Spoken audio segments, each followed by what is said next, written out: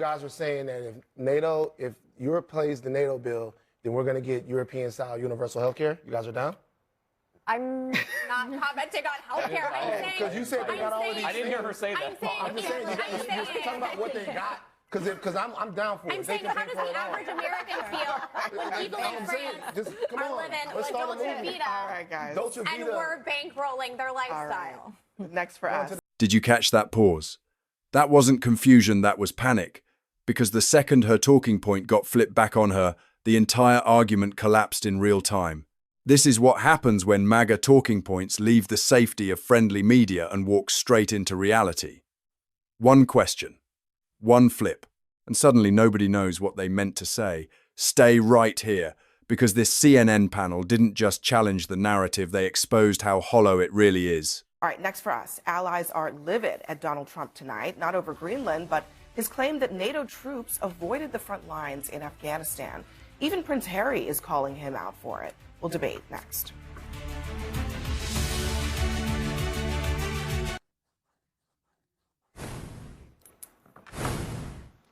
President Trump is angering America's allies over new comments he made, once again undermining NATO. I've always said, will they be there if we ever needed them? And that's really the ultimate test. And I'm not sure of that. We've never needed them. We have never really asked anything of them. You know, they'll say they sent some troops to Afghanistan or this or that. And they did. They stayed a little back, a little off the front lines. Now, in the wake of 9/11, the United States became the first and so far the only NATO member to invoke Article 5. The alliance sent thousands of troops to help the United States fight its war in Afghanistan. And Trump's remarks have outraged lawmakers across the political spectrum, as well as veterans and families of those who gave their lives. Tonight, Prince Harry, who served in Afghanistan, also pushed back, writing in part, quote, "Thousands of lives were changed forever. Those sacrifices deserve to be spoken about truthfully and with respect, as we all remain united and loyal to the defense of diplomacy and peace." President Trump, he's the president, but he seems to not have very much grasp of recent history or not so recent history. But in this case, it is astoundingly disrespectful to our allies to suggest that they did nothing when they actually did quite a lot. Do two things here. I mean, we could and should acknowledge when our allies have been there for us, and they have been there for us. But there's nothing wrong with holding our allies accountable, which I think is part of what the president's been doing, particularly with Europe, where we've seen they have moved closer into the arms of China, where we have seen them become more and more reliant on Vladimir Putin for their energy needs. And for years, they've been saying they were going to step up and put more money into their own defense and national security, and they didn't do it. And it took President Trump coming in to get them to do it. So I can kind of understand some of the frustrations that he brings forward. What that got to do with him lying? Lying? He lied. He said that they didn't. He said that they didn't help out. They helped. He said that they haven't been there for all. Let's say everything you just said is true. I started my statement by saying we could and should acknowledge when our allies are there. I know. All right, but then so that's the first part. This is what I like. So the first part is and then the second part is where you launder, the second part of your sentence, you launder what he said as if there's some universe which it's sane in. And it's not. There's no. I didn't launder anything. I stated facts. You laundered it because all three things that I said were facts. President Trump, he came out and he said something that's demonstrably untrue. But let me tell you why it's not that bad in the grand scheme of things. He's the president of the United States. The stuff that he says matters. We should care as an American community whether or not he's saying things that are true and whether or not he's saying things that our reputation benefits from. And he's not doing that. He's acting crazy. I think it's... And this is the part they always mess up. Criticism is fine, accountability is fine, but lying, flat out rewriting history, that's not strategy, that's embarrassment. Trump didn't misspeak. He didn't phrase it poorly. He said something that is demonstrably untrue, and everyone on that panel knows it. And instead of owning that, MAGA defenders twist themselves into pretzels trying to explain why a lie is somehow acceptable as long as their guy said it. That's not patriotism. That's a humiliation ritual. Particularly harmful when it's statements that undercut the sacrifice that a lot of these families made. And it was great to see Senator Tom Tillis list out the countries and the amount of people who died. UK, 457. I mean, I know that he has continuous beef with NATO, but at some point we have to say, okay, a line has been crossed and we're talking about young men and women who died and sacrificed themselves when they didn't have to Let for me this just play country. what one of those families said, a family who lost or whose child sustained serious injuries in Afghanistan. It's disgraceful, it's disrespectful, it's hurtful.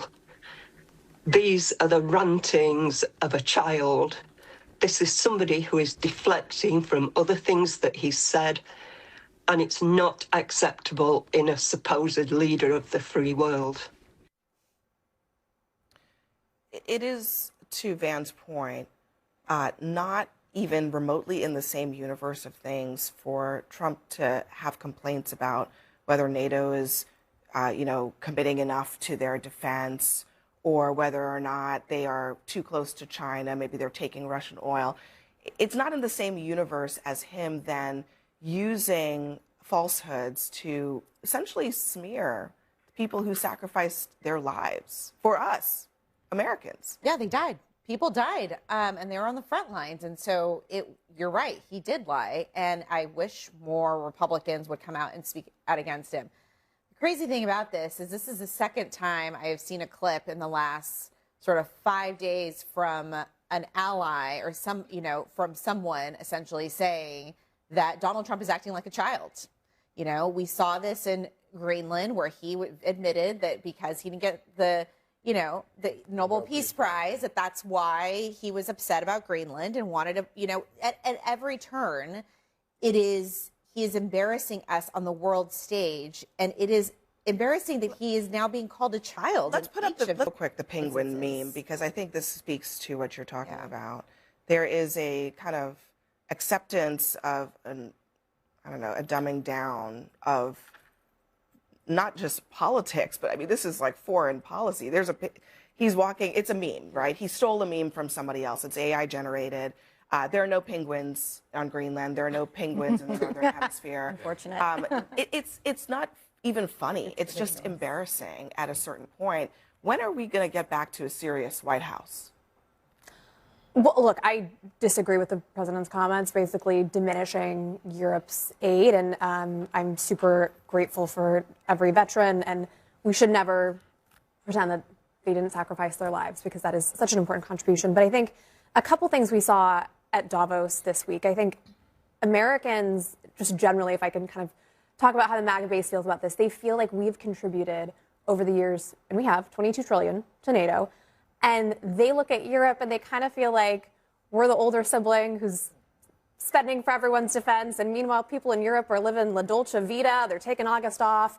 And we're basically kind of bankrolling their lifestyle. And they have all these fabulous social benefits. Well, we can't buy houses, and we don't have paid maternity leave, and we don't have all these things in the U.S. And so I think that's what he was trying to communicate. And obviously, that was not done in a great way. But the other piece, those are choices that we make in the United States. What you We guys could are certainly saying, have paid so maternity leave. We got common ground. You guys are saying that if Europe plays the NATO bill, then we're going to get European-style universal health care. You guys are down? I'm not commenting on healthcare. I'm saying, because you said they got all these. I didn't hear her say that. I'm just saying, you're talking about what they got. Because I'm down for it. I'm saying, how does the average American feel when people in France are living La Dolce Vita, All right, guys. and we're bankrolling their lifestyle? Next for us. This is why moments like this actually matter. Not just because it's entertaining, although watching these arguments collapse in real time is pretty satisfying, but because this is about credibility. NATO allies didn't have to show up after 9/11. They didn't have to fight alongside American troops. They didn't have to bleed and die in a war that wasn't even theirs. But they did. And pretending otherwise isn't just dishonest, it's deeply disrespectful. And here's the bigger problem. MAGA doesn't even defend Trump anymore. They rationalize him. They lower the bar. They explain away lies. They excuse behavior that would have ended any other political career instantly. And when someone like Van Lathan flips their argument right back on them, suddenly it's stuttering, backtracking.